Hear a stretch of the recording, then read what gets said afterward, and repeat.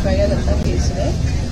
Recently அந்த Pollachi issue பற்றி நான் ஒரு 2-3 வீடியோஸ் பார்த்துட்டு என்னால் தாங்க முடியல.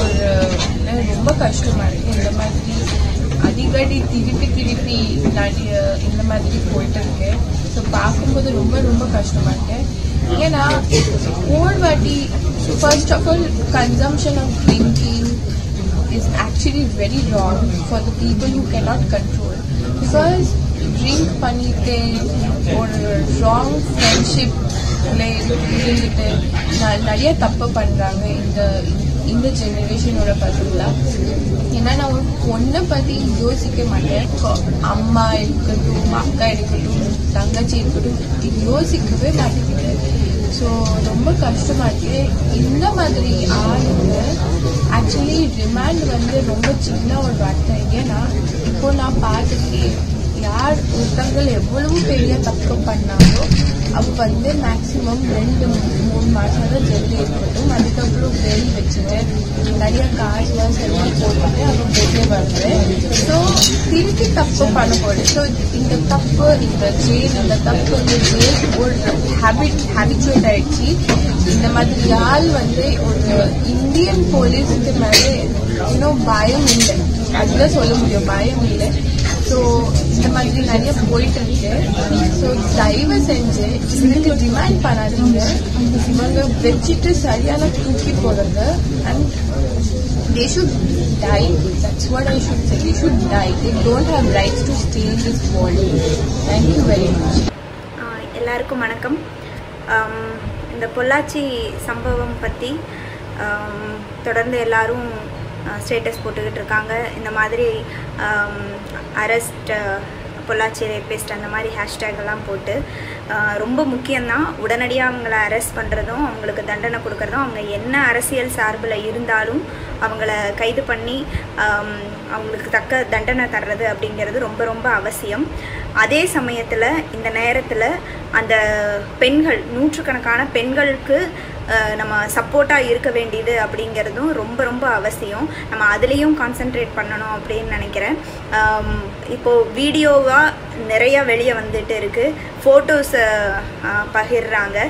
நீங்கள் உங்களோட சிம்பத்தியை காட்டுறதுக்கு ஃபோட்டோ வெளியிடணும், வீடியோவை போட்டு தான் ஆகணும், ஷேர் பண்ணணும் அப்படின்னு எந்த அவசியமும் கிடையாது. அது அந்த ரேபிஸ்ட் செஞ்சதுக்கும் உங்களுக்கும் வேறு எந்த வித்தியாசமும் கிடையாது. உங்களுடைய சிம்பத்தியை அப்படி காட்ட வேண்டிய அவசியமும் கிடையாது. நீங்கள் செய்ய வேண்டியது ஒன்று தான், அவங்களுக்கு பெரிய பலமாக இருங்க. அவங்களுக்கு இப்போ அந்த வீடியோலாம் வெளியே வந்ததுனால பயங்கரமான உளவியல் பிரச்சனையில் இருப்பாங்க. இது அவங்களுக்கு பெரிய அளவில் ஒரு பாதிப்பாக இருக்கும். அதுக்கு நீங்கள் எல்லாரும் சேர்ந்து சப்போர்ட் பண்ணுறது அப்படிங்கிறது தான் ரொம்ப முக்கியமானது. இதில் யாராவது அந்த ஊரில் இருக்கிறவங்களோ அல்லது அவங்கள தெரிஞ்சவங்க யாராவது ஒருத்தங்க இருந்து ஒரு பொண்ணுக்கிட்ட பேச முடிஞ்சால் கூட நல்லது அப்படின்ற அடிப்படையில் தான் நான் இந்த வீடியோவே போடுறேன். நீங்கள் அந்த பொண்ணுக்கிட்ட சொல்லுங்கள், உங்களோட வீடியோ இல்லை ஃபோட்டோ வெளியே வந்துடுச்சு அப்படிங்கிறதுக்காக நீங்கள் எந்த விதத்துலேயும் தாழ்ந்து போயிட மாட்டீங்க. நீங்கள் அதுக்காக பயப்பட தேவையில்லை. நீங்கள் ரொம்ப ரொம்ப தைரியமாக இருக்க வேண்டிய நேரம் இது. உங்களோட ஆளுமை அப்படிங்கிறதோ உங்களுடைய ஒரு பர்சனாலிட்டி அப்படிங்கிறதோ அந்த உடம்பு கிடையாது. அது நீங்கள் என்ன மாதிரியான வளர்ச்சி அடைய போகிறீங்க, என்ன மாதிரி இதை எதிர்கொள்ள போகிறீங்க அப்படிங்கிறதுல தான் இருக்குது.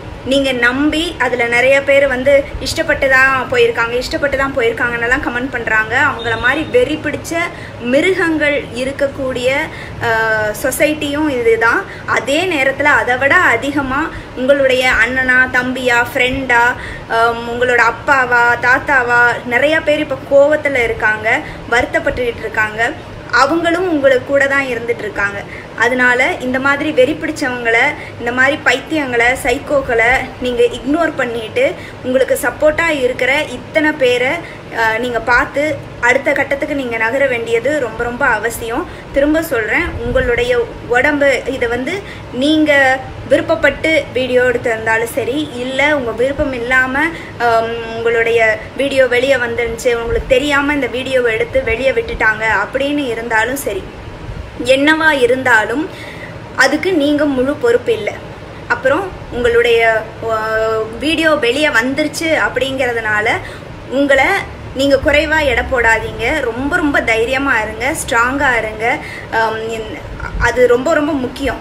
அடுத்த கட்டமாக நீங்கள் எப்படி வளர்றீங்க, எப்படி அதை எதிர்கொள்கிறீங்கிறதுல தான் உங்களுடைய ஆளுமைங்கிறது தீர்மானிக்கப்படுமே ஒழிய அந்த வீடியோ வந்துருச்சு அதனால என்னோட புனிதம் கெட்டுருச்சு, என்னோட கற்பு போயிடுச்சு, இவங்க எல்லாரும் பார்த்துட்டாங்க, இப்படி ஆயிடுச்சு அப்படின்னு நினச்சிட்டு நீங்கள் முடங்கி போகிறது அப்படிங்கிறதுல எந்த பிரயோஜனமும் இல்லை, அர்த்தமும் இல்லை. So be strong. உங்களுக்கு எத்தனை பேர் சப்போர்ட் இருக்காங்க, ரொம்ப நம்பிக்கையாக இருங்க. அதே மாதிரி இவ்வளோ கோவப்பட்டுக்கிட்டு இருக்கிற நீங்களும் திரும்ப சொல்கிறேன், இதை பகிர்றது மாதிரியான கேவலமான அயோக்கியத்தனமான விஷயம் எதுவுமே இல்லை. உங்களோட சிம்பத்தியை அதில் காட்ட வேண்டிய அவசியமும் கிடையாது. அதனால் நீங்கள் நம்மளோட சட்டப்படியே இந்த மாதிரியாக பாதிக்கப்பட்டவங்களை நம்ம ஃபோட்டோ போடுறது, அவங்களோட பேரை ரிவீல் பண்ணுறதுங்கிறது சட்டப்படியே தப்பு. வன்கொடுமையினால் பாதிக்கப்பட்ட யாருக்குமே. ஸோ நீங்கள் அதை தயவு செஞ்சு செய்யாதீங்க. ஸோ நீங்கள் அவங்களுக்கு பக்கபலமாக இருக்க முடிஞ்சால் இருங்க, இல்லைன்னா நீங்கள் அமைதியாக எப்பயும் போல் இருங்க. இதுதான் நான் சொல்லணும்னு நினச்சது. இது மூலமாக யாருக்காவது அங்கே இருக்கக்கூடிய இந்த பாதிக்கப்பட்ட பெண்களுக்கு போய் சேர்ந்துச்சு அப்படின்னா ரொம்ப ரொம்ப நல்லது.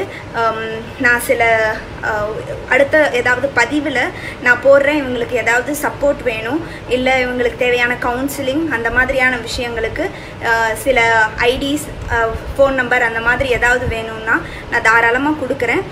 என்னோட சர்க்கிளில் இருக்கிறவங்க கூட பேசிட்டு, அதே மாதிரி அந்த சர்க்கிளில் நான் ஃபீனிக்ஸ்க்காக சிலர்லாம் சந்திச்சிருக்கேன். இந்த மாதிரியான இஷ்யூஸை ஹேண்டில் பண்ணுறவங்க, உளவியல் ரீதியாக சப்போர்ட் பண்ணுறவங்க, அந்த மாதிரி இருக்கிறவங்கள ஸோ நான் கண்டிப்பாக ஷேர் பண்ணுறேன். ஸோ நீங்கள் அந்த மாதிரி ஏதாவது இருந்தால் கூட எனக்கு நீங்கள் மெசேஜ் பண்ணலாம், நான் பார்க்குறேன். அதே மாதிரி யாராவது நண்பர்கள் மூலமாகவும் அந்த உதவி தேவைப்பட்டுச்சுன்னா நீங்கள் சொல்லுங்கள், கண்டிப்பாக நான் அதை பகிர்ந்துக்கிறேன். Thank you so much.